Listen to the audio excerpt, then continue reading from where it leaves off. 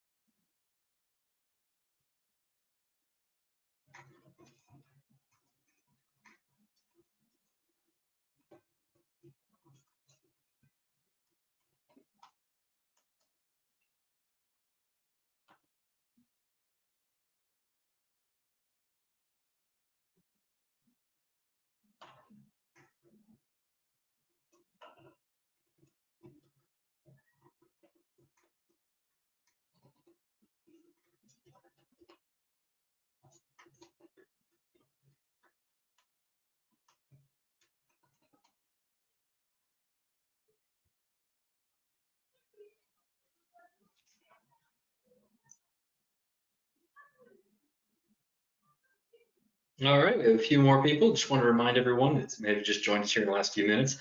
This is the International Water Resources Association webinar on agricultural water reuse. We have a really great panel of academics and practitioners who are going to come together and give us a really interesting, really fascinating presentation. So looking forward to having everyone here, and we're going to get started in just 1 or 2 minutes. 1 minute.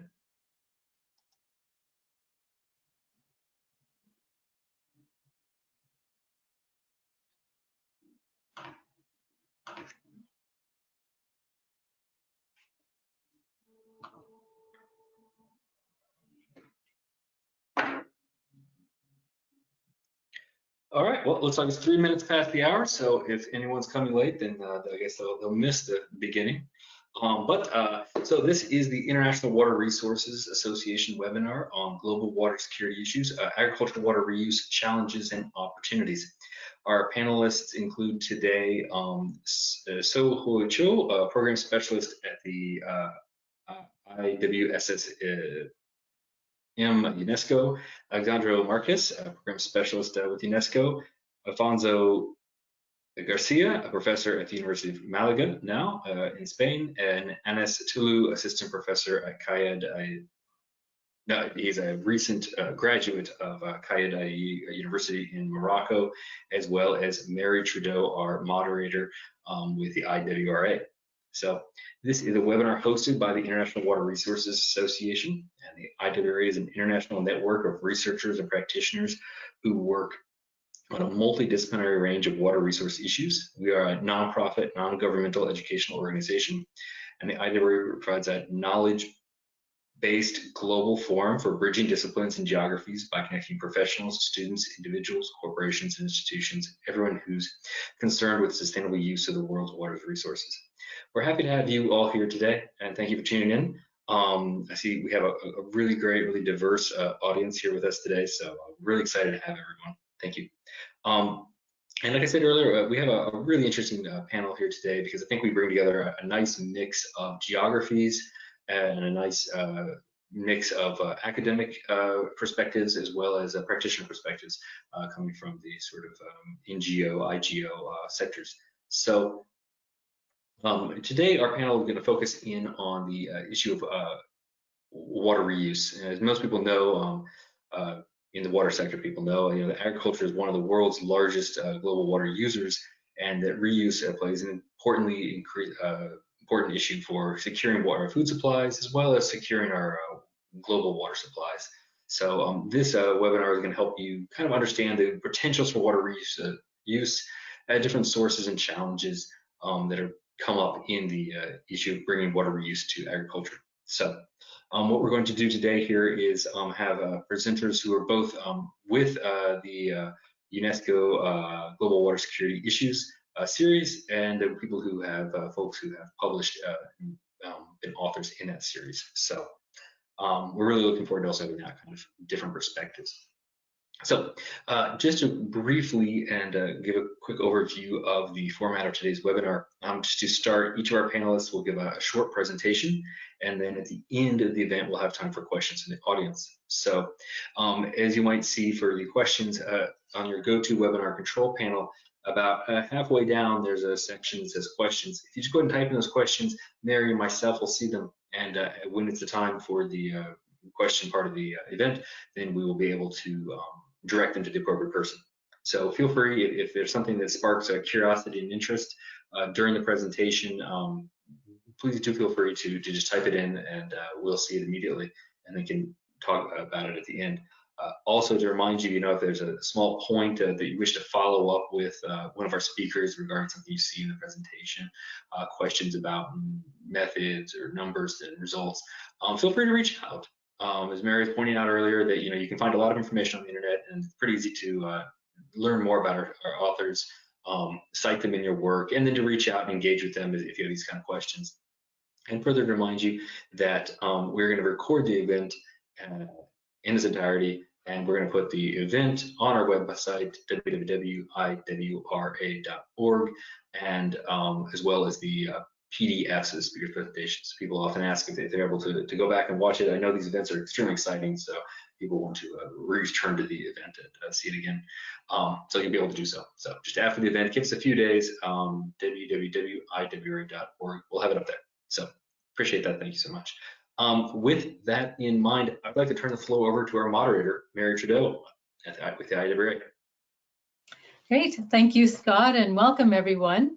I'm very pleased to be introducing our panel today, and the publication that we'll be talking about is available online, and we can provide that link to you. So to kick things off, I would like to introduce Mr. Seo Hyung Choi, who's a civil and environmental engineer, and he's a program specialist in the Division of Research and Development with UNESCO's International Center for Water Security and Sustainable Management, or the IWSSM. Mr. Choi is based in Korea, and he's been the IWSSM point of contact for the Global Water Security Issues Research Initiative, and it's my pleasure to introduce and welcome Seo. Thank you for the brief introduction, Mary. Good morning and afternoon and evening. Oops. There we go. Good morning and afternoon and evening, everyone. And this is Seo Choi, and I'm a program specialist for UNESCO IWSSM. It is my very honor to present briefly about the GWSI series on behalf of IWSSM. And today, IWRA is hosting a webinar on agricultural water reuse, challenges and opportunities. And water reuse is one of the key strategies to improve water security, especially in agricultural purposes. And reused water can be widely applicable when it's properly treated. And before the speakers give us their insightful presentations and experiences, I would like to introduce UNESCO IWSSM and the GWSI series briefly. UNESCO IWSSM, it stands for the International Center for Water Security and Sustainable Management. And the center is a Category 2 center under the auspices of UNESCO, and it is located in Daejeon, South Korea. And the center was founded by recognizing the importance of water security under the 8th phase of our intergovernmental hydrological program to achieve the 6th goal of SDG. And so move on to the main theme of global water security issues, the GWSI series.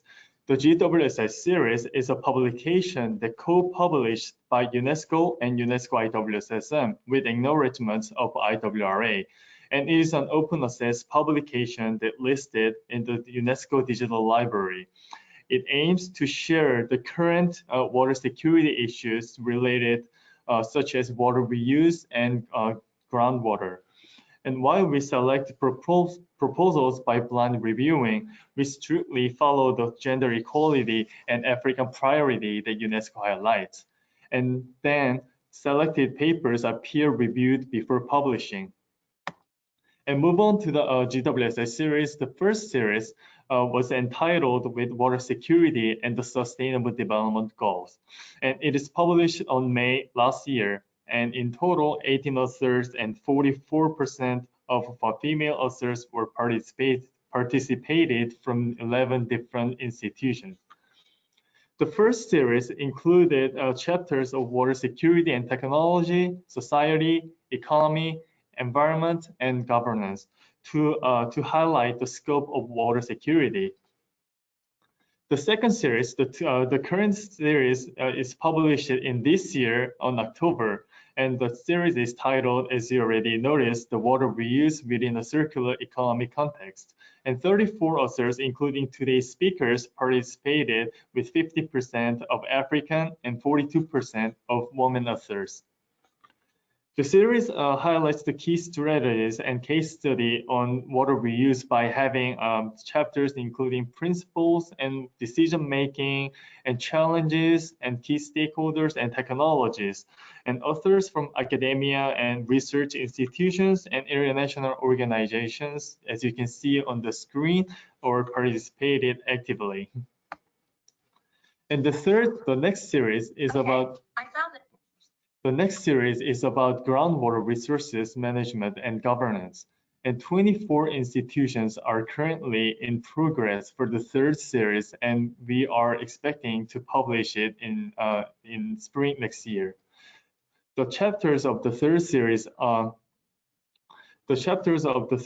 are not confirmed yet, but it will be modified, but it surely will recognize the governance and management and contamination of groundwater. And the fourth series of GWSI series, it will be entitled with Water Security and Cities and Integrate Urban Water Management. Currently, we are finalizing the call for abstracts. We would very like to have authors from audience today, and so please stay focused for upcoming updates for UNESCO IWSSM, and IWRA. So this was the brief explanation and short summary of the GWSI series, and I'd like to thank IWRA once again for giving an opportunity to promote the GWSI series. Hope you and your family are staying healthy in this crisis and have a wonderful holiday. Thank you very much for your kind patience. Great, thank you very much, Seo. And I just will mention again that if anyone has questions, or as you have questions that come up, to please type them in, and we will have time afterwards. And I'll also mention, if you got the information from the publication publicity for this event, we have had one speaker who was ill and unable to present, so we have a little bit of extra time for the speakers that we do have today. So we're going to move on now to Dr. Alexandros Makaragakis, who is a program specialist in the Secretariat of UNESCO's Intergovernmental Hydrological Program. He's in the Groundwater Systems and Settlements section in the Division of Water Sciences. And Alexandros has been UNESCO's point of contact for the Global Water Security Issues Research Initiative. So welcome, Alexandros. Thank you very much, Mary, and thank you everyone for the opportunity to present a little bit some of the findings that we have around water recycling or water reuse. As Mary said, I'm the Global Coordinator on Water for Human Settlements in UNESCO's headquarters in Paris. So I'm going to just fly through a couple of things that will make us understand why we need to do this. So practically, as most of you might know, most of the water that exists in, oops, I'm sorry, I have the wrong.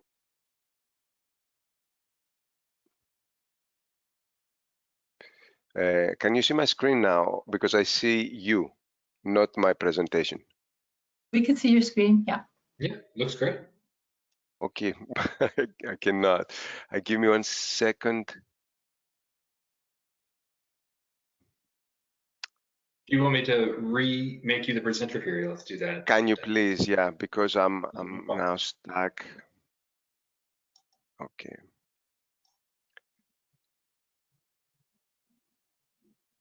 How's that looking? I don't know why I'm stuck on this thing. Yeah, we see the same slide as before. It's a nice Uh, slide. no, the thing is that I'm seeing the windows. I don't see the presentation itself, and I'm trying to get out of it. Okay. All right. So now I'm moving you guys a little bit to the side to be able to.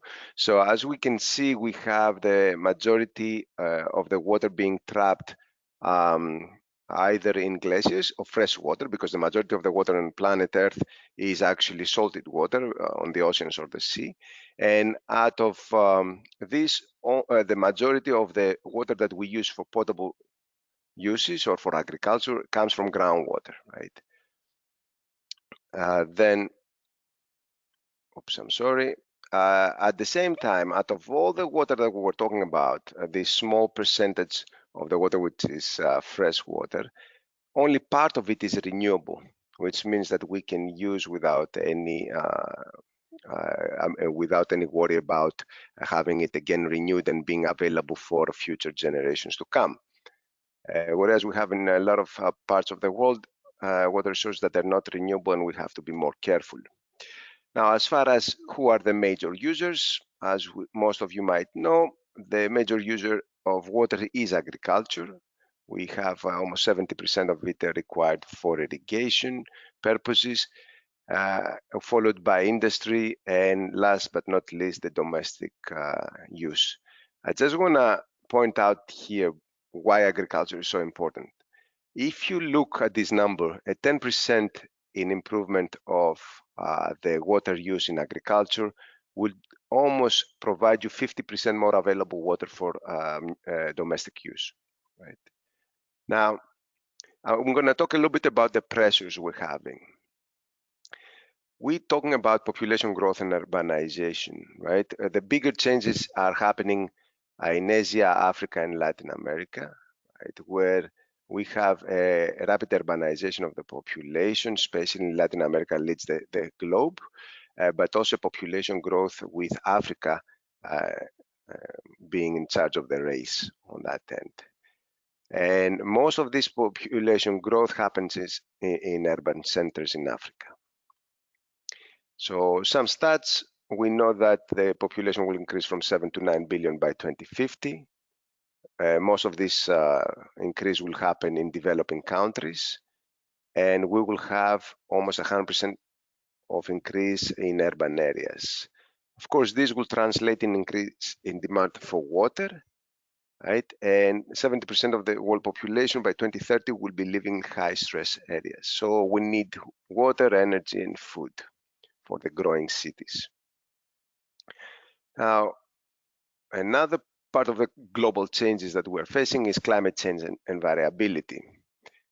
Climate change, contrary to what the exiting president of the United States thinks, is here, is actually visible already. Here we see an abandoned ship in the former Aral Sea in close to Kazakhstan. So there's no debate about that. We have a temperature increase. We have global efforts to try to dampen this, right? And this means sea level rise. It means melting of snow and land ice. It means increased frequency and intensity of heavy precipitation and increased droughts and wildfires. Because of that, we see that the number of disasters per continent has increased throughout the years, and we see that this has become even a more common phenomenon in the past 20 years in the new millennium. Also, droughts are expected to increase in frequency and severity. So we have more frequent droughts for longer periods of time. We have droughts that have driven California, Cape Town, Chennai in India to getting close to day zero meaning that they wouldn't have any more water for their cities. But it's not only the drought issue, it's not only the quantity, and it's also the quality of water, right? Because of the population growth and pressures, because of climate change, indirect effects, we have a degradation of water quality, which means that even if you have water, you cannot use it. And this is additional to the natural pollution that occurs due to maybe the geology of an area. So as a result, we have practically 40% of the population of the world, which by 2030 will be living in water-stressed area, water scarce areas, right? We see that 1 out of 4 people experience water scarcity at least 1 month every year.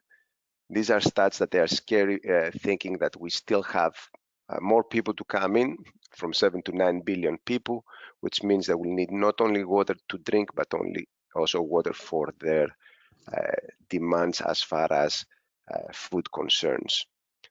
And now, reusing water, who are your clients? First and foremost, as we said, irrigation, 70% of the water that we are consuming.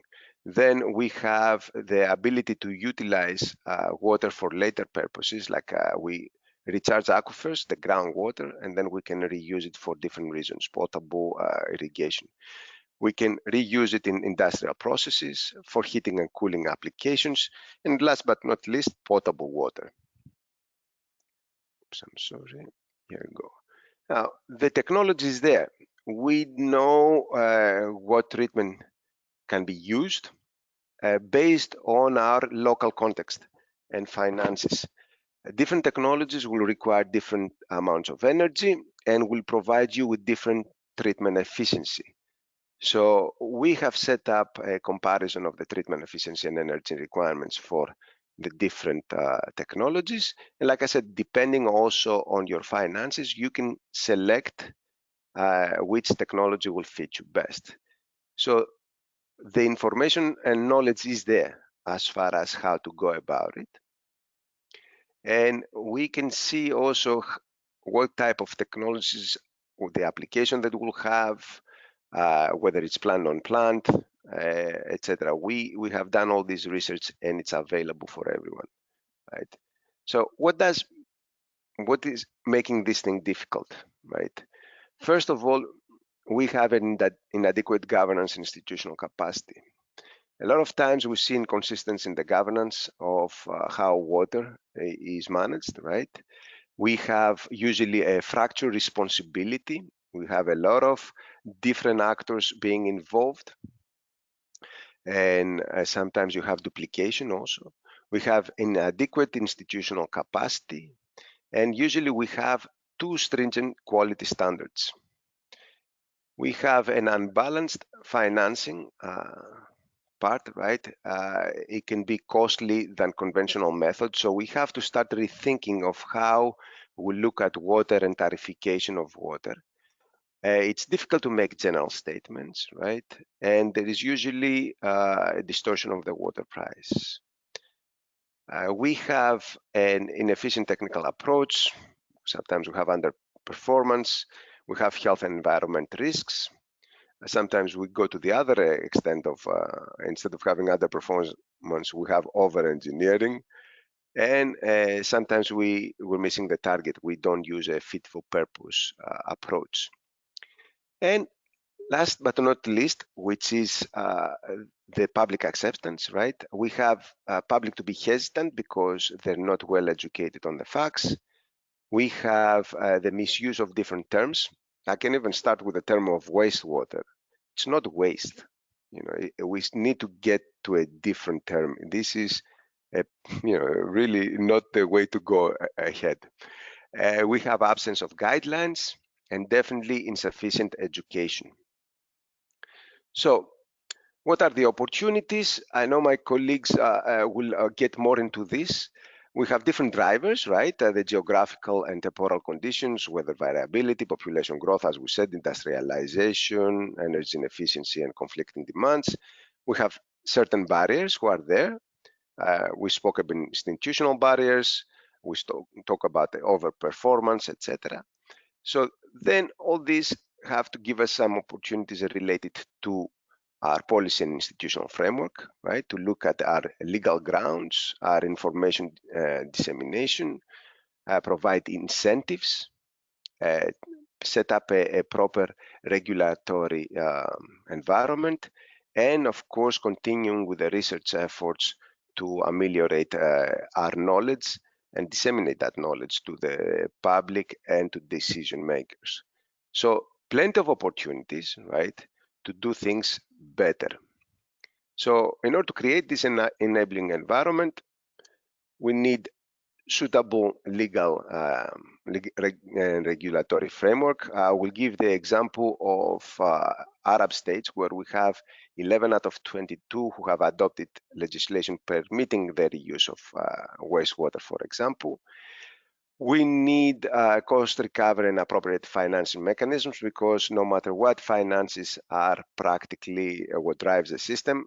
So we need to improve the cost of wastewater management, bring it down, and make sure that the benefits outweigh the cost.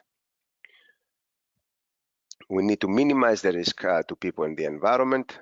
That's where we need more research to ensure that we don't expose especially vulnerable groups to higher risks related to health threats, right?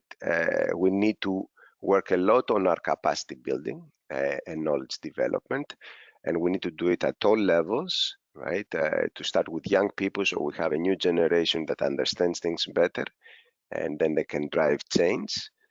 But also to the current decision makers. And we need to work on public acceptance and social awareness. I will provide you some take-home messages from our World Water Development Report in 2017 that focused alone in the issues of wastewater, right, and reuse. And then I will give you some more take-home messages. So for wastewater, we know that 70% of it is just being dumped literally without any treatment everywhere. And this keeps on increasing because we keep on having better access to water in our houses. The vast majority, as I said, it's without treatment. And there are available low-cost treatment technologies. It can be a reliable, sustainable source of water, right? It's not waste. It's a reliable and sustainable source of water, actually. And it can provide you also energy, nutrients, and other recoverable byproducts. It fits very well in a circular economy kind of framework, as it can provide you also business opportunities. And the cost of improved wastewater management is always outweighed the benefits right now, but we can improve that. And it is essential for achieving 2030 Agenda for Sustainable Development. Now, overall, as far as the legal ground concerns, we have to focus more on the legislative framework, look at the competent authorities, what will be the objectives, and prepare strategic plans to deal with the water reuse. We need to move into standardization, avoid the stringent rules. We need to set up technical requirements and administrative ones, and ensure that we are using a fit-for-purpose concept. We don't need to over-engineer. Right? If we want to reuse it for agricultural purposes, the water should not have the same level of treatment like for potable uses. Then we need to invest in research, right, for risk management and pollutants, technology management, and feasibility and economic studies. And we have to, of course, look at the information dissemination and education, provide guidelines for water reuse, training courses, and do policy outreach. But last but not least, we have to look at incentives. We have to have financial incentives and set up a regulatory framework that gives also opportunities for investment in reuse. Thank you very much for your attention. Great. Thank you, Alexandros, for that very strategic overview of the importance of agriculture in water use, the future uncertainties introduced by climate change, and also the management systems and institutional capacities that we need to address to meet those challenges. So I would like to remind our viewers, if you have questions, to please type them in, and we will have a panel discussion afterwards. And Alexandros' presentation sets up the next two presentations.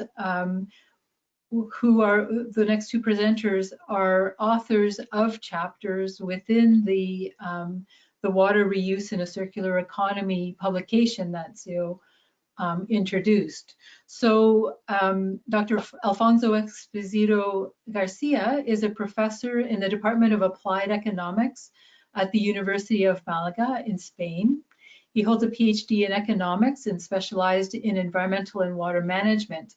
He's cooperated with European Union Commission, Ministry of Agriculture and Environment in Spain, and other public and private stakeholders in numerous research projects and contracts related to water security and management. So it's my pleasure to welcome Dr. Garcia.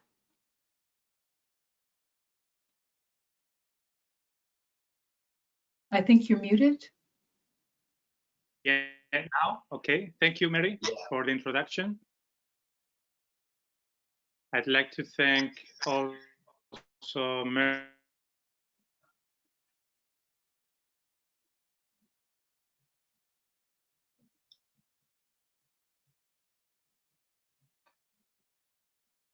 I'm sorry, I'm having trouble. Is everyone else having trouble hearing? Yeah, I just can't quite hear him. There, but you look, but the slides look good.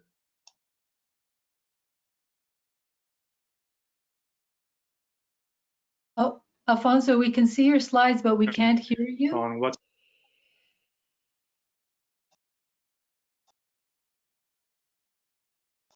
Hello? Yeah, that sounded good. Okay.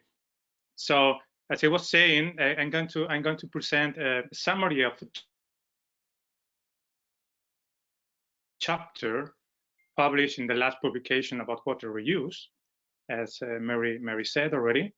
And this is mainly a summary of the results that we have obtained from a project called Subano Europe within the Age 2020 program of the European Union. And it aims basically to study the limitations and barriers in terms of the use of reclaimed water for irrigation in agriculture. So I like the concept of reclaimed water instead of wastewater, because waste has a negative connotation, and reclaimed water it's a much better concept to talk about water reuse, especially in agriculture. So the structure of my presentation will go through these 5 points: introduction, case study, method, results, and concluding remarks. So the objective of this study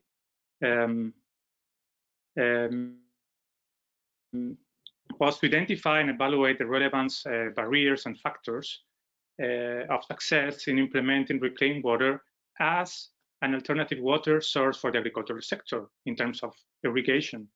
So we have identified the strengths, weaknesses, opportunities, and threats through what we call a SWOT analysis. And this analysis has been conducted in 5 European regions, including the region of Andalusia in southern Spain. So this presentation is basically focused on this region in southern Spain, Andalusia, the results that we have obtained.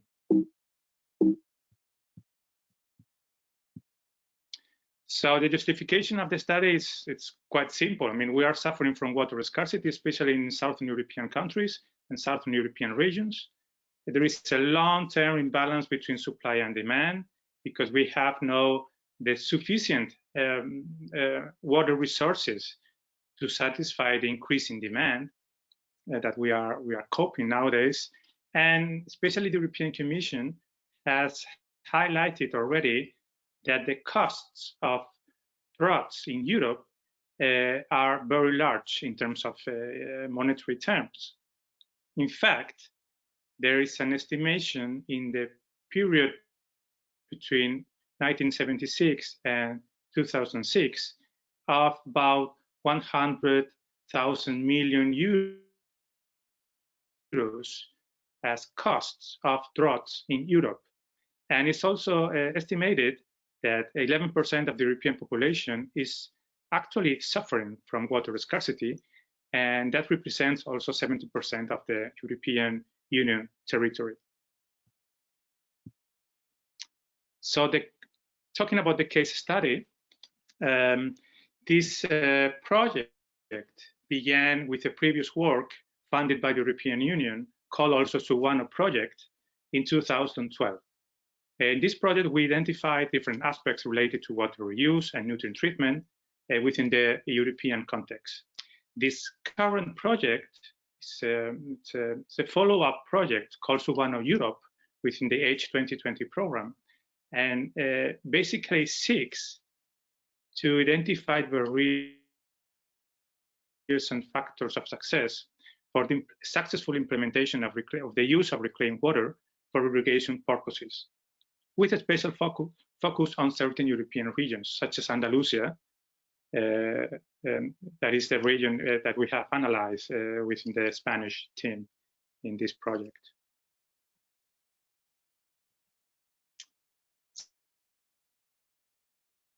So the region, just to give you some highlights of the region, it's a huge region. It's a very large region in terms of surface, covering 87,000 square kilometers. It has a Mediterranean climate with dry and hot summers and warm winters and irregular rainfall, with an average rainfall of 750 millimeters per year. So the main water sources in Andalusia are surface water, of course, almost 80%, followed by groundwater, almost 30%. There are other minor water sources, including the use of reclaimed water, that represents only 1.2% in year 2016. But the contrary, we have a huge potential of regarding the use of reclaimed water from the wastewater we generate, we create in the region, and we treat around 700 cubic hectometers per year. So it represents very large source of water for the irrigation sector. So just to give you some numbers, if we look at the percentage of wastewater according to the point of discharge, Spain only reuse barely 10% of the water. The rest is just discharged in the sea or in the river, or a minimal quantity goes to groundwater, to aquifers. So in Andalusia, it's half this quote. It's around 5.9%. So it doesn't make any sense from our point of view that in the southern European region as Andalusia, with a big problem of water scarcity, a big problem of supply and demand balance, with an increasing demand, increasing population, tourism pressure, it doesn't make any sense, and with a huge agricultural sector that we provide Europe with fruits and vegetables. So it doesn't make any sense just to not to look at this source of water for irrigation purposes. So the method we have followed in this study is a SWOT analysis. It comes from strengths, weaknesses, opportunities, and threats. And we have focused on the use of reclaimed water for irrigation. And we have asked for the assessment of a group of experts and stakeholders involved in the water and agricultural sectors, all around Europe. And we have also the participation of other societal groups as consumer associations, public institutions, and the range of factors addressed by these experts and groups and stakeholders have been very wide in terms of different dimensions, economic, social, governance dimensions. So we have identified market-related factors, product-related factors, social governance aspects, and it's also, this analysis highlights the main challenges and limitations and barriers to facilitate the acceptance of reclaimed water as, as an alternative water source for irrigation. So, as I said, this European project began some years ago in 2012 with the first Suwannee project, and we have used this information that we had gathered there, and based on that information, we have asked 10 independent experts and stakeholders to assess what factors, aspects, in their opinion, could be the ones to be analyzed in order to identify the barriers and limitations in the use of reclaimed water for irrigation purposes. With all that information, we have developed a questionnaire to evaluate the relevance of the identified aspects. It's based on a simple Likert scale from 1 to 5 to assess the relevance of the different factors.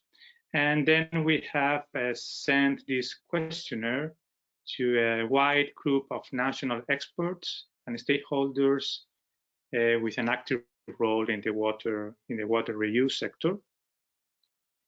And we have done the same procedure in the 5 regions that have been analyzed within this Suwannee Europe project. One of them has been Andalusia, and these are the results of the Andalusia region analysis. So among these trends, we have identified here, you have a table, a summarizing table, and you have the score on the last column. So the most important factors identified as strengths have been increasing supply reliability, of course, water reuse or the use of reclaimed water by the irrigation sector increases, of course, the supply reliability, especially in drought periods. Legislation has been identified as a strength because nowadays in Spain and in Europe recently, we have a new regulation, and in Spain we had already a very strict regulation regarding the use of reclaimed water in the agricultural sector.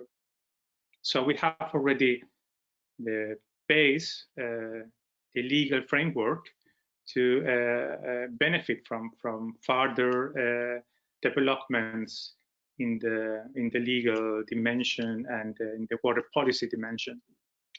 Quality perception has been also identified as very important strength. So it's, of course, it's quite important in terms of the using of reclaimed water to be identified as a quality source of water. And then you have other factors identified as strengths, as you can see. Okay, we move on. In terms of weaknesses, the main ones identified by our study have been food chain lack of interest. So wholesalers and vendors of agricultural food crops have a very limited knowledge about the implications of regarding the use of reclaimed water and public health safety of using reclaimed water for irrigation. So this has been identified as a very important weakness that we have to solve, that we have to work on it in order to facilitate the use of reclaimed water for irrigation purposes. The cost has been also identified as a very important weakness. As we all know, reclaimed water is much more expensive than other water sources for farmers and irrigators. So this is a factor that we need to work on it as well in order to facilitate the use of reclaimed water by irrigators. Deficient wastewater treatment plants. In terms of investment in wastewater treatment plants, Andalusia is doing well, but we have still some population in the region not covered by treatment plants. So there is still work to do on this factor, and of course it has been identified as a weakness. Regarding the opportunities identified by our study, legislation has been identified as a huge opportunity to facilitate the use of reclaimed water by the irrigation sector. So there is still work to do in terms of a proper and more advanced legislation that facilitates the knowledge of quality standards, minimum requirements in terms of quality, in terms of health, safety, etc. Water scarcity concern has also been identified as an important opportunity. There is a growing social concern about the effects of future water droughts, and that means also an opportunity to explain the population and all the stakeholders the importance of the use of reclaimed water for the irrigation purposes. Limits to surface water, limitations in surface water supplies for agricultural irrigation, as we are suffering from droughts and water scarcity. Limitations in surface water for irrigation are increasing, and that opens a very nice window to farmers in terms of adoption of reclaimed water as a reliable and secure source of water, source of irrigation water. Drought periods have been identified also as an opportunity window, of course, because in those periods, people are more open to see the benefits of the use of reclaimed water. And finally, threats. The main threats identified by the study have been food chain lack of acceptance. So we need to work on the public, on the acceptance of this source of water for irrigation purposes. And for that, we need, and we have now a very strict and legal pieces at European level and at national level in Spain that guarantee the quality of reclaimed water when it's used for irrigation purposes. Lack of public support has been also identified, especially in Andalusia, that we need to work on regional strategy to promote the use of reclaimed water for irrigation. And that's another objective of this project, is to design and to present to the regional government a strategic document, strategic report to give them the tools to facilitate and to improve the legislation and the water policy regarding the use of reclaimed water by the irrigation sector. Low profit crops, excessive bureaucracy have been also identified as threats that should be addressed by this regional strategy. So some concluding remarks. As said, this analysis have structured and prioritized the most relevant aspects in terms of the use of reclaimed water by the irrigation sector in the Andalusian region, southern Spain. The lack of interest by the food distribution system has been identified as both a weakness and a threat. So this is a huge aspect that needs to be addressed, and yeah, it's quite important in order to facilitate the use of clean water in our society. Another aspects identified as barriers and limitations have been the lack of clear quality standards to guarantee acceptance among food chain agents and general public, deficient performance of wastewater treatment plants. That's a very significant point in Andalusia that we need at political level, we need to improve. Higher costs for irrigators, including production, transportation, and storage of reclaimed water, of course.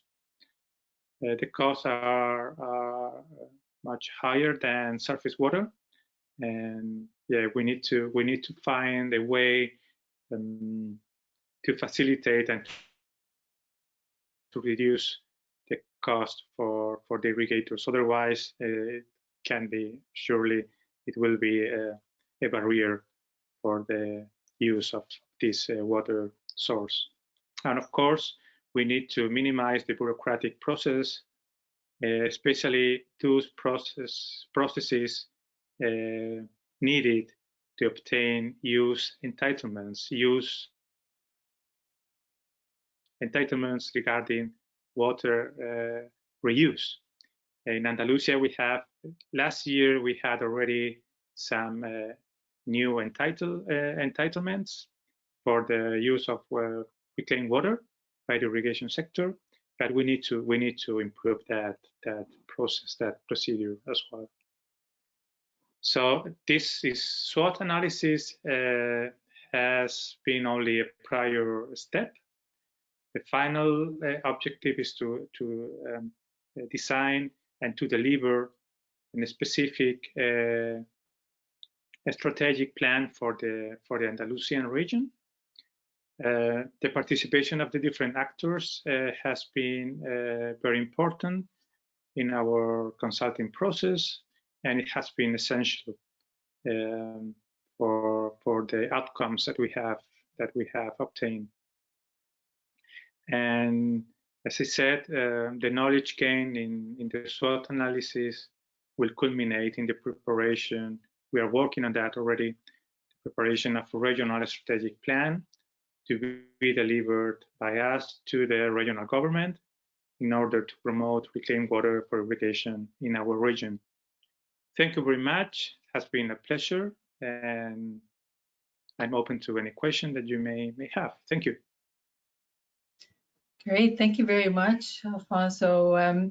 So certainly the analysis of the Andalusia region encapsulates the issues that Alexandros identified, and also we see already some very interesting potential topics for discussion, which we will get into as a panel. But before we do that, we'll move on to our final speaker, who is Dr. Anasta, who recently completed his PhD degree, so congratulations on that, in the environmental field, specifically looking at anaerobic digestion of various organic wastes. He's a member of the coordination team of the Mediterranean Youth for Water Network. And in addition, he's also involved in the innovative project known as InkCoal, which uses olive oil milk mill wastewater to create ink and paint products. He's based in Morocco, and he's filling in for our original presenter at the last minute. So we're very grateful to have Anas for being here today, and welcome.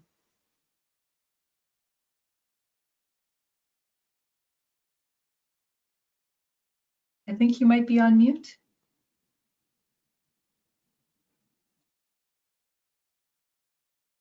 Hello? Yes, there you go. There we Hear go. me? Okay, can you see my screen? Looks great. Thanks. So, good evening, everyone. I will present topic of wastewater treatment and reuse best practices in Morocco, targeting circular economy, which is the chapter that we it was published by the UNESCO and IWRA. As all of you know, that now we are all facing very big environmental challenges, especially water scarcity, and especially in the Mediterranean basin, which is considered the most scarce region in the world.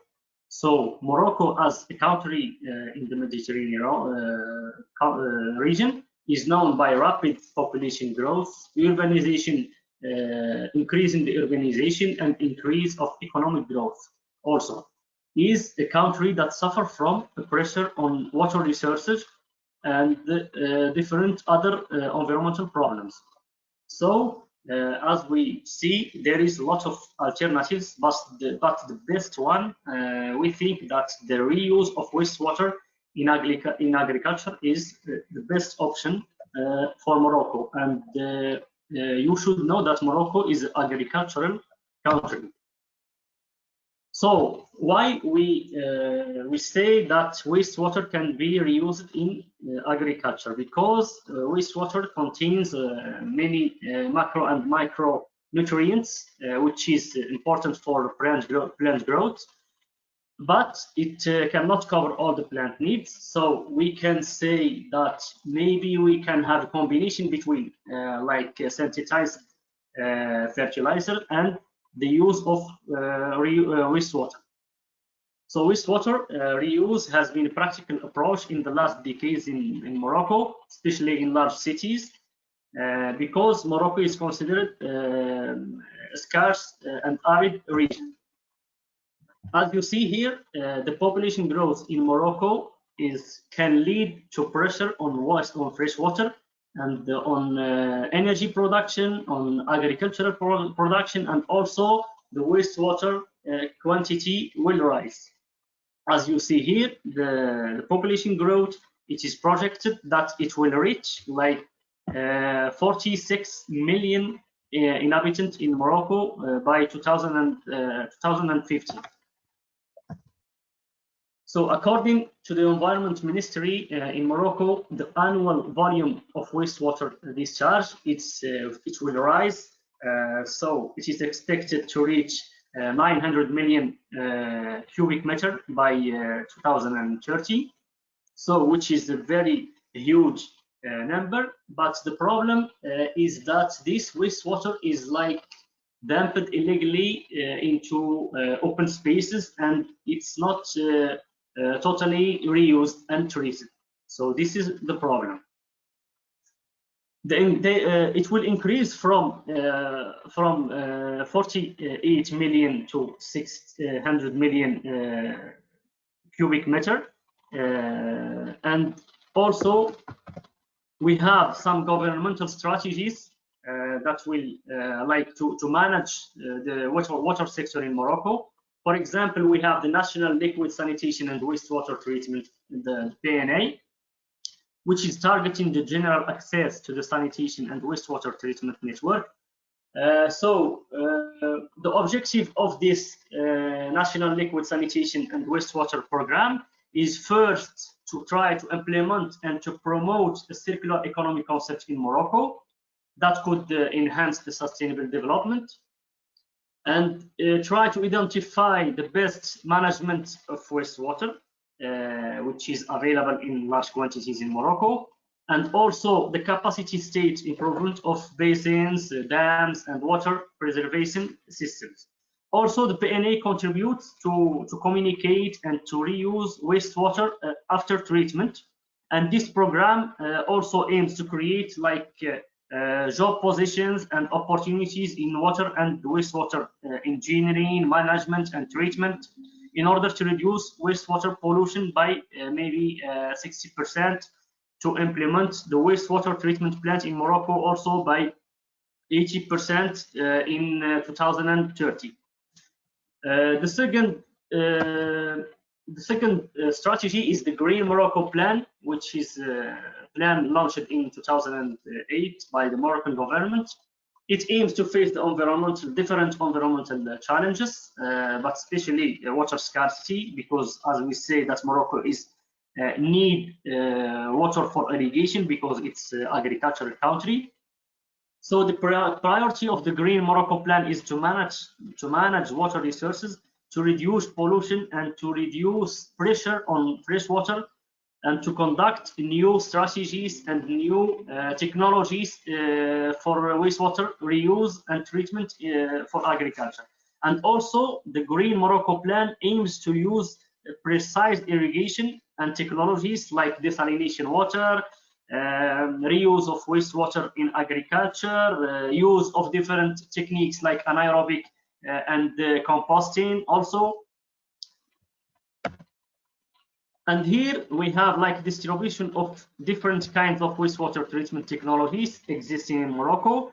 We can see that the majority is for natural lagoons because it's the simplest one and the easiest one and the cheap one also. But now Morocco started to use different other techniques like aerated lagoons, activated sludge, also nanofiltration and nano stabilization ponds, activated sludge also, infiltration and nanofiltration. And now in Morocco, wastewater is used for crop irrigation, and the results it's really high positive in terms of crop production, yield, and fruit quality. But the wastewater was applied only after treatment, so in order to avoid the pathogenic contamination and high concentration of heavy metals. But there is now like a need for researchers to work in this field, as reported in our technical reports. And wastewater reuse is now a strategy, but generally we need like a lot of data, and we have a lot of interfering problems and factors that can reduce this efficiency of reuse of wastewater. So as we have here, this table is presenting the comparison between like when irrigating with wastewater or treated wastewater, and when using fresh water for irrigation. And so we have like the parameters rise after using treated wastewater. For example, we have the flower per plant, it rise, the production yield also rise, the kilogram per plant, the production of every plant also rise. So we can see the benefits of using the treated wastewater, but the implementation of wastewater treatment plant should also take into consideration some economic and social aspects. For example, the location, the proximity to population, natural resources, agricultural lands, and agroforestry. And these factors could increase the cost of wastewater in agriculture, and the quality can be also evaluated easily, and the persistent risks can be avoided. For example, wastewater reuse in agriculture and acceptance from Moroccan society. We have different projects in Morocco, a lot of projects in this field. For example, the Center for International Cooperation and Agronomic Research for Development financed the Master project, which is a project for supporting farmers and new solutions and ideas in agriculture. We have also the PREM projects, which is the sustainability of water resources in Morocco, which is global project funded by the UN in partnership with the Secretariat in charge of water and environment in Morocco.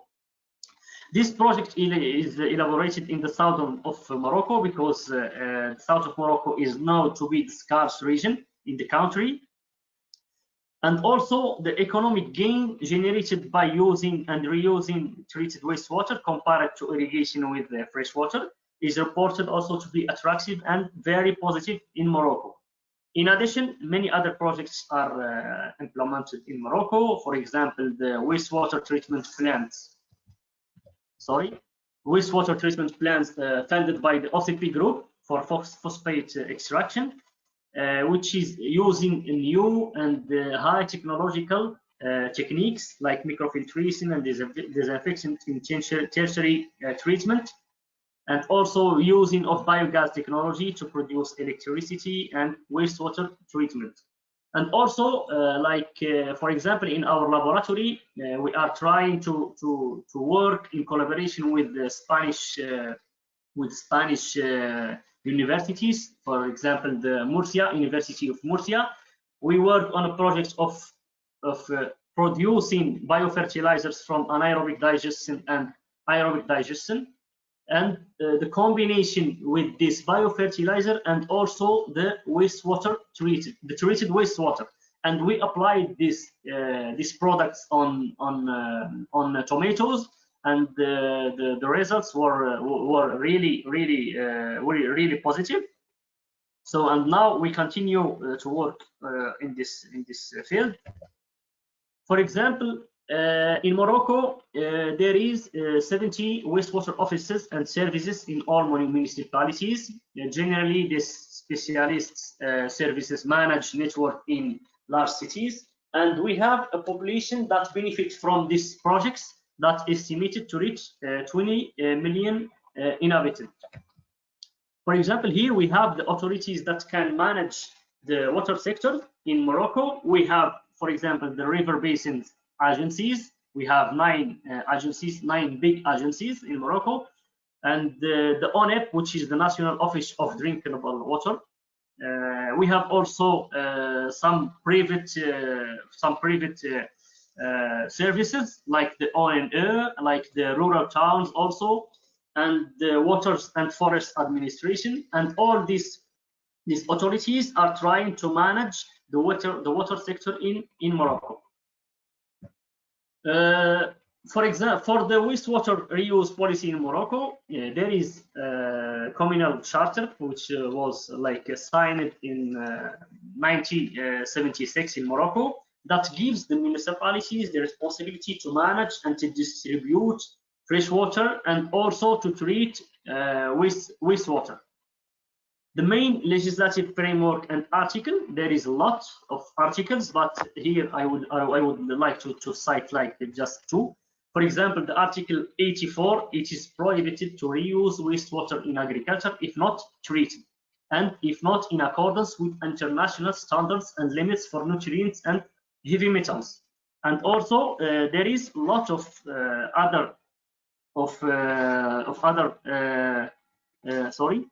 there is a lot of other articles in Morocco. For example, good and precise conditions for wastewater reuse and are imposed. Authorization to treat and reuse wastewater can be supported financially and technically from the government and national administration. Preserve research against environmental challenges and the pollution. There are many laws and decrees in Morocco to manage the water and wastewater sector in Morocco. For example, treatment, irrigation, dumping wastewater, industrial wastewater, and also the price of wastewater if we want to buy it to the farmers, if we want to have irrigation using wastewater. To conclude, we know now that water is extremely important for our life and also is used in agriculture to produce food, especially in Morocco, which is the agricultural country. The global population also is increased. We have increase of urbanization also, and the the sense of treated wastewater is strongly on demand now, but it needs more legislatives, and also in order to ensure safety of natural resources and also the safety of human beings. So we need more research, and we need more results also, and we need more funds, like to have more projects. And thank you. Thank you very much. It's so interesting to learn about you know, a country that is arid, and the work that's being done for water reuse, and getting back to that change in terminology that Alexandros encouraged, trying to move away from that wastewater term. So hopefully we'll have time for two burning questions if you want. So we have a question from someone regarding developing local competence in addressing these issues. And maybe, Anasta, we can start with you. You mentioned that the National Liquid Sanitation and Wastewater Treatment Program has job training for, you know, in municipal wastewater management. Are there also programs for in the agricultural sector to build competence for water reuse? And then maybe we can move to Alfonso for Spain, and then the UNESCO picture.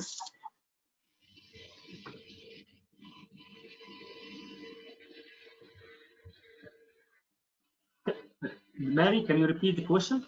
Are there programs in Morocco to build competencies, the abilities of farmers to reuse water, or to incorporate recovered water on their crops? Generally, there is like just two programs. The first one was the PNA, and the second one, which is the current one, is the Green Morocco Plan, which is the current one. But I think that the government will try to create another strategy, because like we have now lots of different problems, agricultural problems. For example, the cochineal that gives a lot of problems in Morocco, and also this year there is not a lot of rainfall, so we have lots of problems in terms of quantities of water and so on. So now there is just two strategies, and that's it. Okay. And maybe in Spain or UNESCO, do you have any additions in terms of just building that competence to reuse water in the agricultural field? No, unfortunately, in our region there are no programs needed by the regional government. It depends the use of reclaimed water. I mean, the authorization or the entitlement to use reclaimed water by irrigators is given by the water authority. What in Spain is the River Basin Authority, that depends on the national government. So here in Spain, we have kind of problem regarding the different levels of water governance. So, but you know, it's quite complicated, because the title is given by the water agency or the River Basin Agency, the authority, but the competencies or the programs to build competence among the farmer community depends on the regional government. And unfortunately, we don't have specific programs focused on building those competencies. That's another thing that we have identified in this strategic plan, strategic document that we are delivering within this project. Yeah, unfortunately. But that doesn't mean that farmers are not willing to use reclaimed water. They are willing to, but another thing that must be solved, as identified in our project, is the cost. because farmers don't have the infrastructure to cope with the distribution costs, the storage costs, because reclaimed water is produced continuously. So it needs to be distributed and stored somewhere, waiting for the use in the agricultural sector. So surface water is much easier because this water is stored in dams, public infrastructure.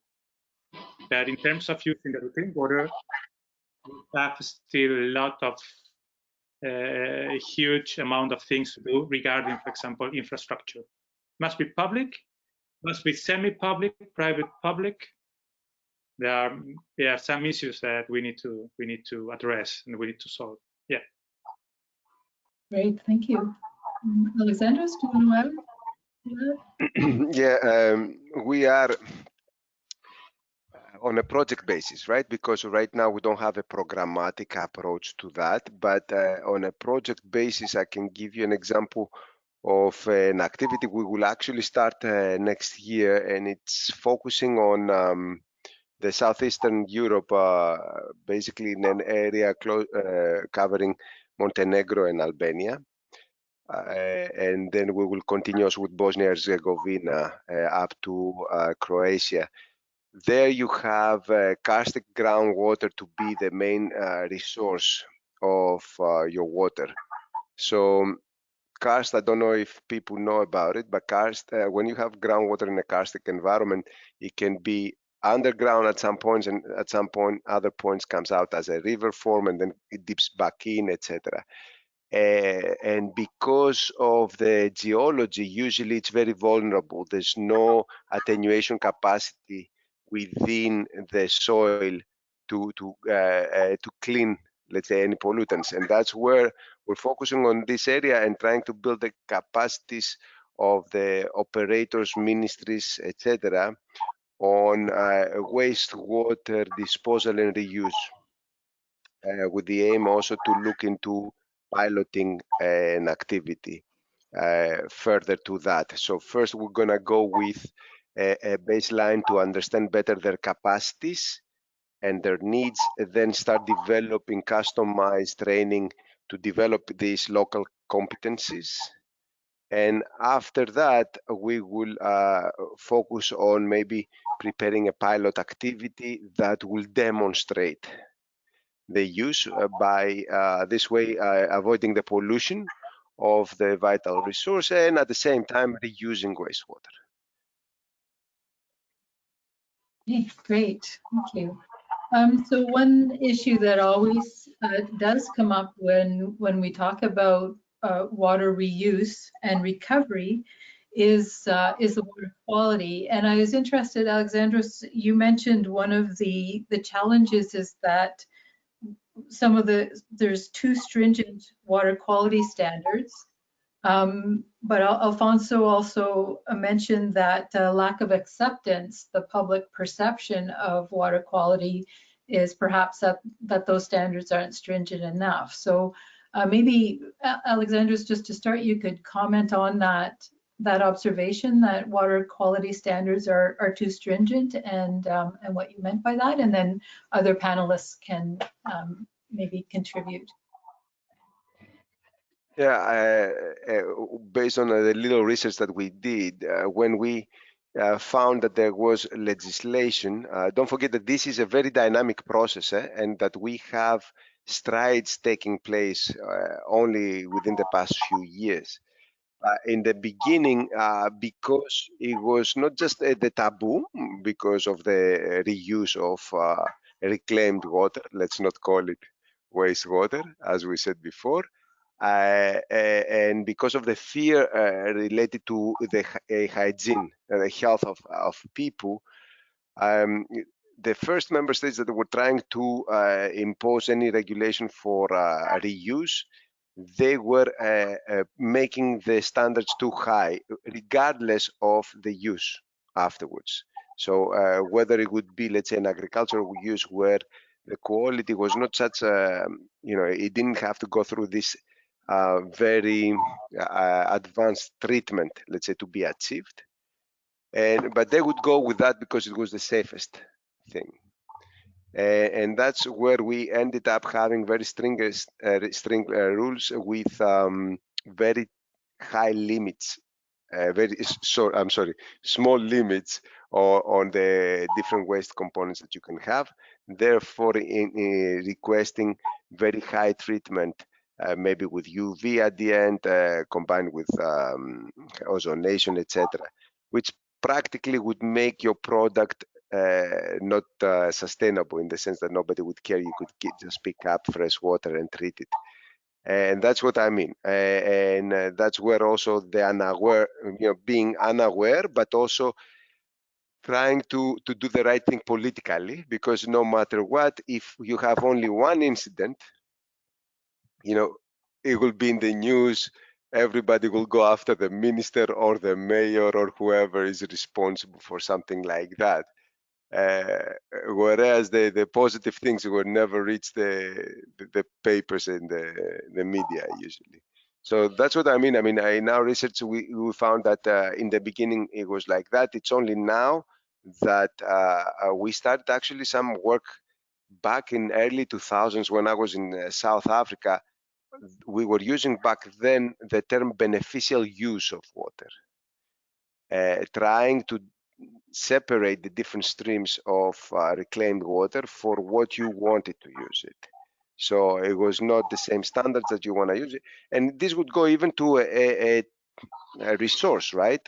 You don't need to treat the water to potable standards if it's going to be industrial use that does not need this type of treatment, etc. Also for agriculture. So the same exactly standards that you and the way of thinking for potable water or for water from a resource, it should be thought for water coming from a reclaimed source, right? Anyway, so that was my point. That was my point. Thank you.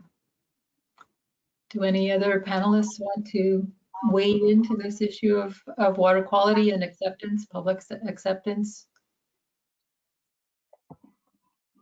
Just to mention that I covered only the legislation, right? Because for the acceptance, I have a very good photograph, but I didn't put it in because it was too heavy, of the people, the astronauts who practically using the same water over and over again, right? So it's a taboo right now, and I can give you an anecdote. When I was down in Southern Africa working for UNESCO, we had one country which was using reclaimed water for potable purposes, right? And they had a very good beer factory too. So this was like they were using at least 30% of the reclaimed water within the stream for potable use. And the neighboring country, the minister at the neighboring country refused to even think of something like that, although the climatic conditions were the same, the very arid, both of them, really water scarce countries. But they refused from a political point of view. They said we will not drink wastewater, right? But that minister was drinking the beer from the country next door. So it is all in your head, right? I mean, he was doing it without knowing it, and it's all in your head, basically. It needs to change. Okay, thank you. Yes, and Alfonso? In fact, Alexandros, we have been using reclaimed water since ages. We have been drinking reclaimed water since ages. We have been using reclaimed water for irrigation since ages, because the water that comes out the treatment plants ends finally in rivers, most of it, and it's used, down the waters, by irrigators, by cities, Downstream, by everybody. So we need to think clearly that reclaimed water, let's not call it wastewater. Reclaimed water is not a waste. It's just another source of water. And of course, we need to work on on the quality of that source and to put the highest requirements in terms of quality.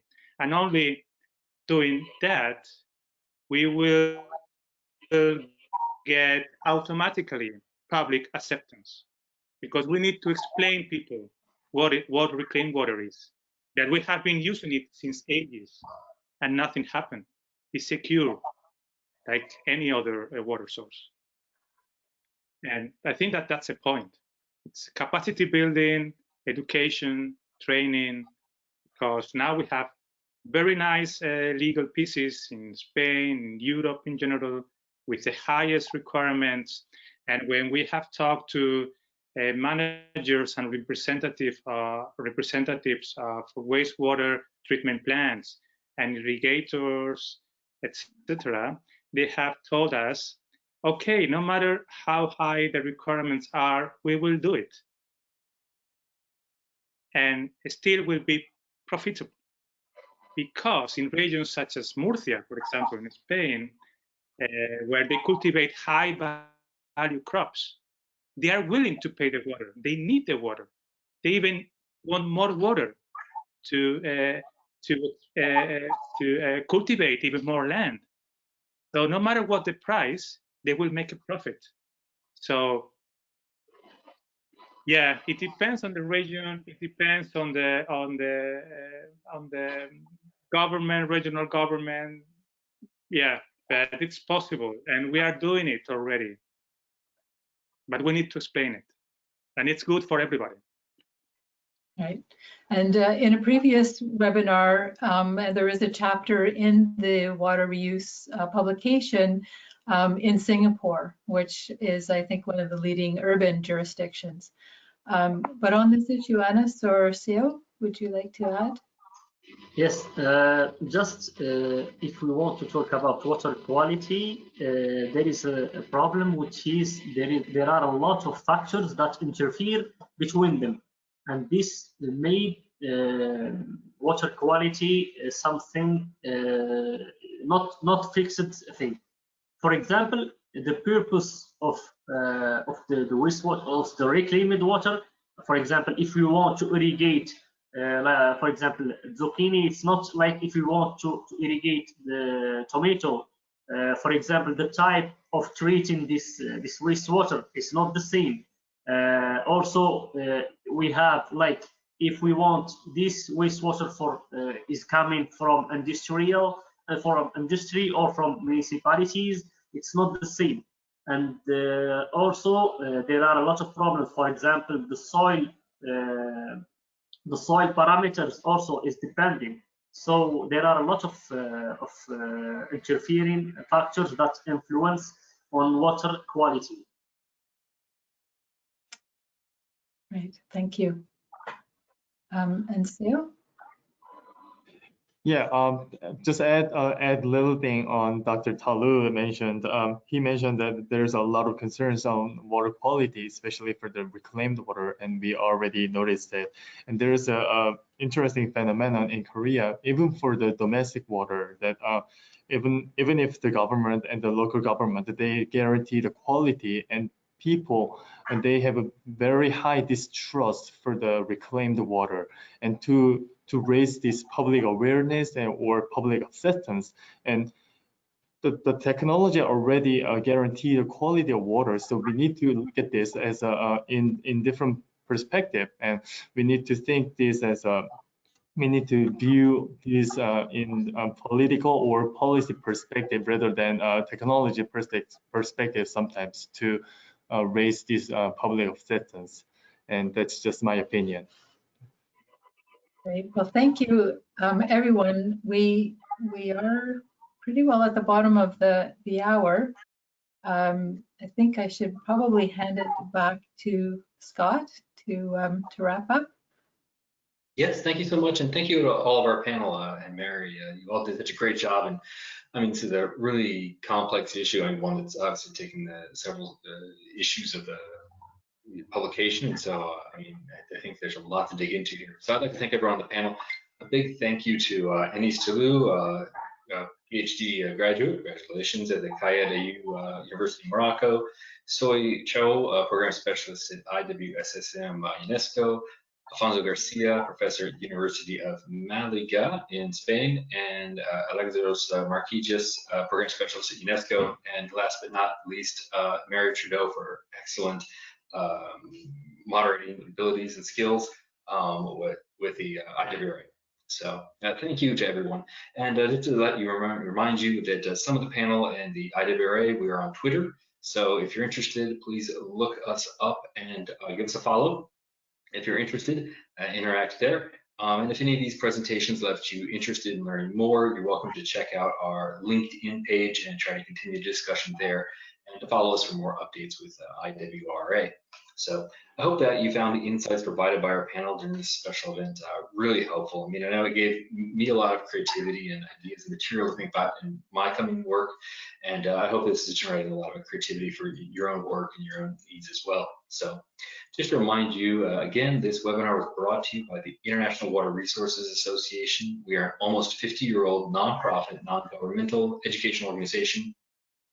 We focus on bridging disciplines and geographies and connecting professionals, students, individuals, corporations, institutions, everyone who's concerned with the sustainable use of the world's water resources. So if you're interested in learning more about the association or becoming a member, please go to www.iwra.org. So on behalf of the whole IWRA office, thank you for tuning in and watching the webinar. Thank you.